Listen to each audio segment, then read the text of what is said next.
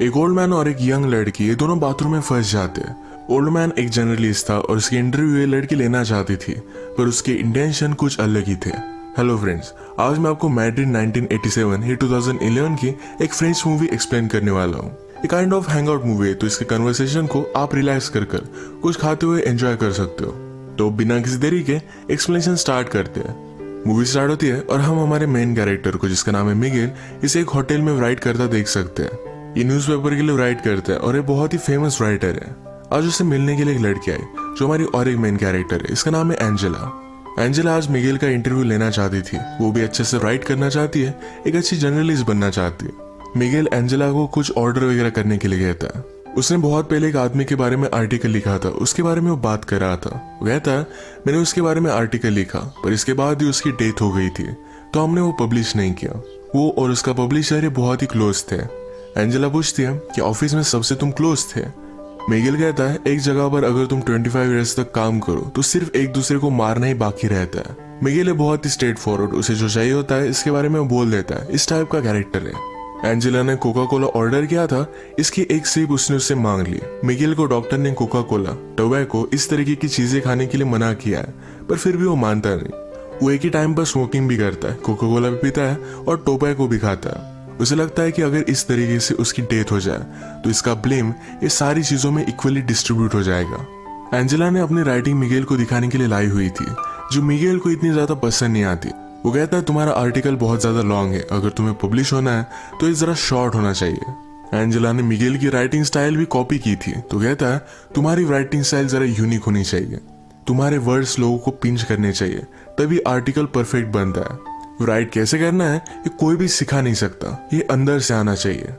यही रीजन था एंजेला ने अपने कॉलेज में राइटिंग के कोई भी लेसन लिए नहीं थे, क्योंकि ये सिखाया नहीं जा सकता। बात करते वक्त मिगेल ने एंजेला को अपने पास बुला लिया था। मिगेल एंजेला को अपने कोट से चाबी निकालने के लिए कहता है। वो कहता है एक मेरे पेंटर फ्रेंड की है जो वीकेंड के लिए बाहर गया हुआ है। तुम्हें कॉल करने से पहले मैंने चाबी उससे ले ली थी। इसके बाद मैंने मेरा लक ट्राई किया। मिगेल एंजेला को अपने साथ वहां लेकर जाना चाहता था। उससे कहता है इंटरव्यू लेते वक्त हमारे बीच कोई भी डिस्ट्रैक्शन नहीं आना चाहिए। ये वहां पर पहुंचे, मिगेल एंजेला को टी वगैरह देता है। यहाँ पर अलग अलग पेंटिंग्स पड़ी हुई थी, तो मिगेल कहता है पेंटिंग या आर्ट फॉर्म मुझे बहुत अच्छा लगता है। जब आप पेंटिंग करते हो उसके बाद भी कलर्स को स्मेल कर पाते हो, फिजिकली इसे एंजॉय कर पाते हो, पर राइटिंग का उस तरीके से कुछ भी नहीं है। एंजेला ने ग्लासेस लगाए थे तो उसने वो निकाल लिया, उसके बाद उसे किस कर लेता है। इसके बाद मिगेल ने कहा कि आजकल मुझे किसिंग में कोई भी इंटरेस्ट नहीं है, जैसा एज बढ़ता गया वैसे इंटरेस्ट चला जाता है।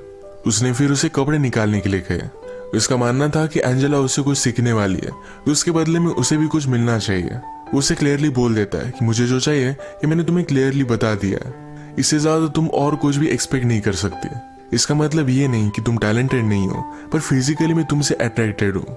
आजकल मैं किसी भी लड़की को सीड्यूस नहीं कर पाता, जब यंग था तब की बात अलग थी। अगर आज एंजेला के साथ उसका कुछ हुआ तो इसके बारे में वो लिखने वाला है। एंजेला को जरा अनकंफर्टेबल लगा तो यहाँ से वो चली जाती है।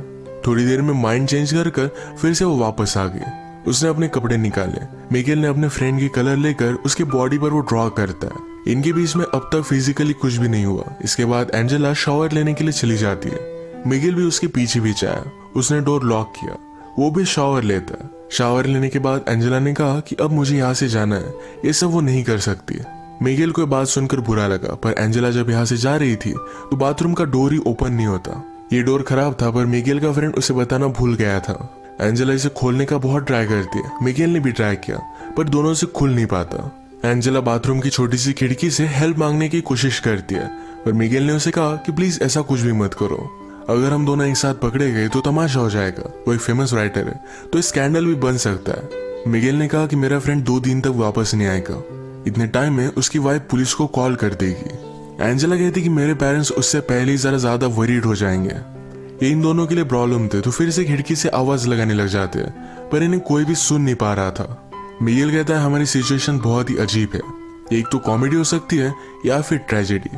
एंजेला ने कहा कि अगर हम सेफली यहाँ से निकल गए तो एक कॉमेडी होगी, अगर मेरे पेरेंट्स को पता चल गया तो एक ट्रेजेडी में कन्वर्ट हो जाएगी। मिगेल पूछता है कि तुम्हारे फादर क्या करते हैं। एंजेला ने कहा कि वो मिलिट्री में है। उनका नाम उसने उसे बताया, तो मिगेल उन्हें जानता था। एंजेला की बड़ी सिस्टर को भी वो जानता है। उन दोनों में 17 इयर्स का डिफरेंस है।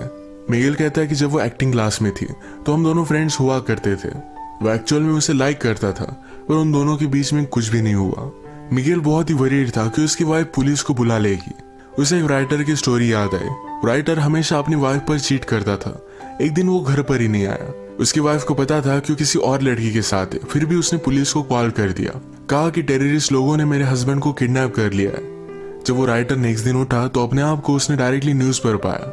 ये सब बहुत ही फनी बन गया था। उसकी वाइफ ने उसे एक लेसन टीच करने के लिए ये सब किया था। मिगेल कहता है कि तुम्हारे डैड और सिस्टर में कभी भी बनती नहीं थी, वो हमेशा फाइट करते थे। एंजेला ने कहा कि वो अब भी करते हैं। एक्चुअली एंजेला ने अपनी सिस्टर से ही मिगेल का नंबर लिया था। मिगेल कहता है एक बार मैंने उसे बताया था कि मैं उसे लाइक करता हूँ, और उसने मुझे रिजेक्ट कर दिया था।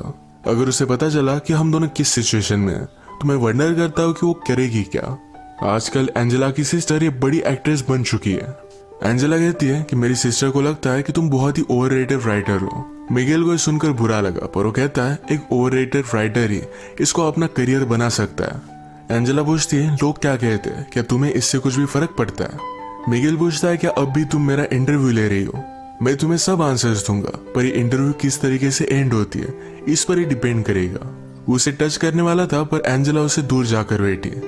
एंजेला कहती है तुम्हारे नॉवेल्स बहुत ही अजीब तरीके से थे, पर फिर भी उन्हें बहुत सारे अवार्ड्स वगैरह मिले हैं। मिगेल कहता है नॉवेल लिखते हो लोग बहुत ही ज्यादा टाइम लेते हैं, मैंने इसे प्रोफेशनली लिखा था, हर रोज में कुछ टारगेट रखकर इसे कंप्लीट कर ही डालता था। मिगेल एंजेला से कहता है कि फिर से ट्राई कर देखो, तुम्हारी आवाज सुनकर तुम्हें हेल्प करने के लिए कोई भी आदमी आ सकता है। सुंदर लड़की देखी नहीं और हर आदमी उसे हेल्प करना चाहता है। आवाज देने के बाद भी उसे कोई भी सुन नहीं रहा था। मिगेल फिर से एंजेला के पास आ गया। उसे कहती है मुझे सिर्फ यहाँ से जाना है, उसके साथ कुछ भी नहीं करना चाहती। एंजेला फिर से डोर को ओपन करने की कोशिश करती है। मिगेल कहता है कि जब आप यंग होते हो तो लगता है कि इस लाइफ में कुछ पॉइंट है, वो अपनी लाइफ कुछ अलग तरीके से जी लेंगे, पर बाद में पता चलता है कि लाइफ में बहुत सारी चीजें पॉइंटलेस थी, इसमें कोई भी मीनिंग नहीं था। हर एक की कोई ना कोई तो प्रायोरिटी होती है। मिगेल एंजेला से पूछता है कि आज सैटरडे है, अगर तुम घर पर होती तो क्या करती, क्या अपने फ्रेंड्स के साथ बाहर जाती। एंजेला को ये सब चीजें पसंद नहीं है। वो कहती है कि मैं बुक्स रीड करती।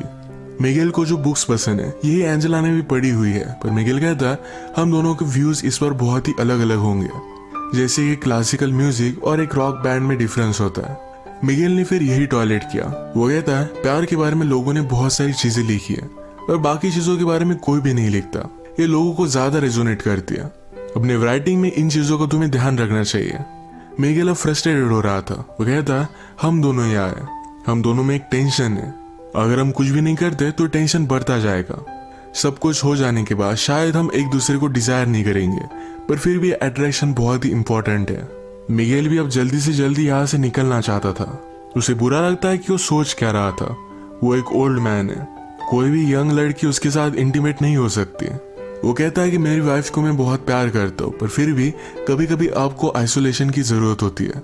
हम दोनों यहाँ पर इस तरीके से एक साथ हैं, अगर हमारे बीच में कुछ भी नहीं हुआ पर फिर भी लोगों को लगेगा कि कुछ ना कुछ तो हुआ है। ये उसे एक ट्रेजेडी की तरह लगता है। एंजेला फिर उसके पास आ गई और ये दोनों इंटीमेट हो जाते हैं। इसके बाद एंजेला को थोड़ी सी भूख लगी थी। इस पर मिगेल कहता है मूवीज में मुझे लोगों को कुछ ना कुछ खाते देखना अच्छा लगता है। उसने अभी अभी एक एक्शन मूवी देखी थी जो बहुत ही फास्ट थी, पर अचानक से उसमें एक आदमी का खाना खाते हुए सीन आ गया। उसे लगता है कि उस सीन में एक पीस था, एक रियलिटी थी। वो बताता है कि राइटिंग भी इसी तरीके से होती है, जिस तरीके से जो भी फैक्ट्स है हमें उस तरीके से बताने चाहिए। जितना आप रियल लिखोगे उतना ही लोगों को अच्छा लगेगा। एंजेला अपनी राइटिंग से वर्ल्ड चेंज करना चाहती थी, पर मिगेल कहता है वैसा कुछ भी नहीं होता। तुम सिर्फ लोगों के लिए अच्छा लिखने का ट्राई कर सकते हो, बाकी कुछ भी तुम्हारे हाथ में नहीं। मिगेल के व्यू से बहुत सारे निगेटिव होते हैं। वो एंजेला से हमेशा इस तरीके से बात कर रहा था कि उससे बहुत ही ज्यादा छोटी है। वो ऑलमोस्ट एंजेला को डांट रहा है, इस तरीके से उससे बात कर रहा था। एंजेला को इस पर गुस्सा आ गया। वो कहती मुझे सब लोग इसी तरीके से ट्रीट करते हैं, तुम सिर्फ बड़े हो, तुम्हें एक्सपीरियंस है, इसका मतलब ये नहीं कि तुम सही हो। तुम्हें क्या लगता है यहाँ पर मेरा आना ये तुमने चूज किया था, मैं भी तुम्हें चूज कर सकती हूँ। शायद मुझे भी कुछ ना कुछ डिफरेंट चाहिए था, इसलिए मैं यहाँ पर आई। एंजेला का गुस्सा शांत होने के बाद मिगेल कहता है किसी को आवाज लगा कर देखो, पर फिर भी कोई भी सुन नहीं पा रहा था। एंजेला कहती है कि जब मैं छोटी थी तो इस तरीके से प्रिटेंड करती थी कि मैं एक सेलिब्रिटी हूँ, मेरा इंटरव्यू चल रहा है और आईने के सामने हमेशा ऐसे देखती रहती थी। मिगेल कहता है लोग अपने आप को जैसे है इस तरीके से एक्सेप्ट नहीं कर पाते, इसीलिए कुछ ना कुछ ज्यादा पावरफुल बनने की कोशिश करते हैं। ये बात एंजेला ने भी रियलाइज की थी और इसके बाद उसने मिरर के सामने इस तरीके से प्रिटेंड करना छोड़ दिया। सब्जेक्ट को चेंज करने के लिए मिगेल कहता है क्या तुम्हें मूवी देखनी है। एंजेला पूछती कि हम कैसे देख सकते हैं। मिगेल ने फिर उसे स्टोरी बताना स्टार्ट किया। वो कहता है कि एक फैमिली थी, मदर, फादर और उनका एक बेटा था। एक दिन अचानक से बेटे ने अपने बेड से उठना बंद कर दिया। पहले तो पेरेंट्स को लगा था कि शायद स्कूल नहीं जाना चाहता, तो उसने साइकोलॉजिस्ट से उसकी बात करवाई, पर फिर भी बेटा मानने नहीं वाला था। साइकोलॉजिस्ट ने पेरेंट्स से कहा कि इस तरीके से आप प्रिटेंड कीजिए कि सब कुछ चीजें बहुत ही नॉर्मल है। बहुत दिन बीतते गए पर फिर भी वो अपने बेड से उठा ही नहीं। फादर और मदर ने फिर डिसाइड किया कि हम इसे लेकर कहीं वैकेशन पर जाएंगे। ये अलग अलग प्लेसेस पर घूमे। घूमते घूमते एक जगह पर मेला चल रहा था। इस मेले में अपने बेटे को बेड पर ही लेकर गए। वहां पर एक लड़की से उसने बात की। वो लड़की भी उसके प्यार में पड़ गई। उनका बेटा फिर भी बेड से उठा ही नहीं। उस लड़की को बहुत बुरा लगा और वो भी फिर बेड में रहने लग गई। ये बात देखकर सारे विलेज वालों को लगा कि शायद बीमारी कंटेजियस हो सकती है। उन्हें यहाँ से बाहर निकाल दिया गया और भी थोड़े दिन बीत गए। एक रात आई जो बहुत ही ब्यूटीफुल थी। मदर और फादर एक दूसरे की कंपनी एंजॉय कर रहे थे। वो दोनों जंगल में गए और एक दूसरे के साथ इंटीमेट हो गए। जब वो वापस आए तो उनका बेटा बेड से उठकर कहीं चला गया था। उन दोनों ने अपने बेटे को ढूंढने की बहुत कोशिश की पर उन्हें वो कहीं भी नहीं मिला। एंजेला पूछती है क्या इस स्टोरी की एंडिंग सैड है, मुझे तुम्हें क्यों सुना रहे हो। मिगेल उसे बताता है कि मदर ने अपने बेटे को ढूंढने की बहुत कोशिश की थी, उसे मिला नहीं, पर इस बात से वो खुश थी। उसका बेटा इस तरीके से रह रहा था, इस बात से वो तंग आ चुकी थी। उसे जो फीलिंग्स आ रही थी इस वजह से उसे गिल्टी लग रहा था।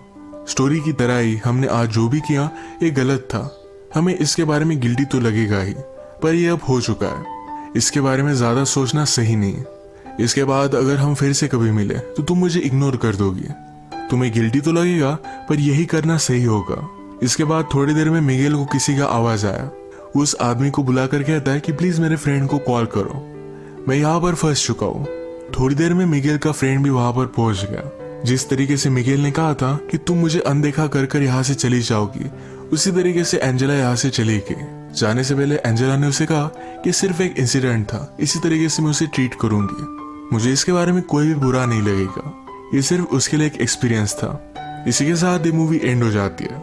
अगर हम इस तरीके की हैंगआउट मूवीज देखें तो इसमें सिर्फ कैरेक्टर को और भी ज्यादा जान लेना, उनके साथ कन्वर्सेशन एंजॉय करना, यही सिर्फ एक पॉइंट होता है। तो इसी टाइप की आज की हमारी मूवी थी। अगर आपको एक्सप्लेनेशन अच्छा लगा तो प्लीज इसे लाइक और कमेंट जरूर कर दीजिएगा। मैं बहुत सारी मूवीज लेकर आता रहता हूँ, तो प्लीज इस चैनल को सब्सक्राइब कर दीजिए और बेल नोटिफिकेशन आइकन दबाना मत भूलिएगा। हम फिर से मिलेंगे और एक नई मूवी के साथ। तब तक के लिए थैंक यू और आप अपने आप का ख्याल रखिए।